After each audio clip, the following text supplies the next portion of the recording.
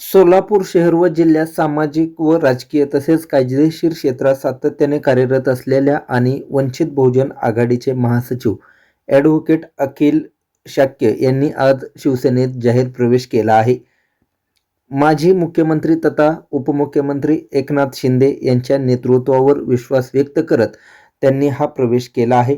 यावेळी शिवसेनेचे प्रदेश प्रवक्त्या ज्योती वाघमारे, जिल्हाप्रमुख अमोल शिंदे, जिल्हाप्रमुख अमर पाटील यांच्या मार्गदर्शनाखाली त्यांनी शिवसेनेत प्रवेश केल्याचे स्पष्ट केले आहे.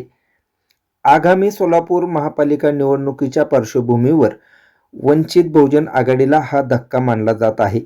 ॲडव्होकेट अखिल शाक्य यांनी भीम आर्मीचे जिल्हाध्यक्ष म्हणून देखील काम केले होते. महापालिकेच्या निवडणुकीत प्रभाग क्रमांक 23 अनुसूचित जाती या आरक्षित जागेसाठी ते निवडणूक लढविण्यास इच्छुक असल्याचे सांगितले जात आहे. आगामी काळात आपली कार्यपद्धती 80% समाजकारण आणि 20% राजकारण या शिवसेनेच्या मूळ विचारधारेवर आधारित राहील, असेही त्यांनी नमूद केले. या प्रवेशामुळे सोलापूर शहर व जिल्ह्यात शिवसेनेचे संघटन अधिक बळकट होईल, अशी प्रतिक्रिया पदाधिकाऱ्यांकडून व्यक्त करण्यात येत आहे.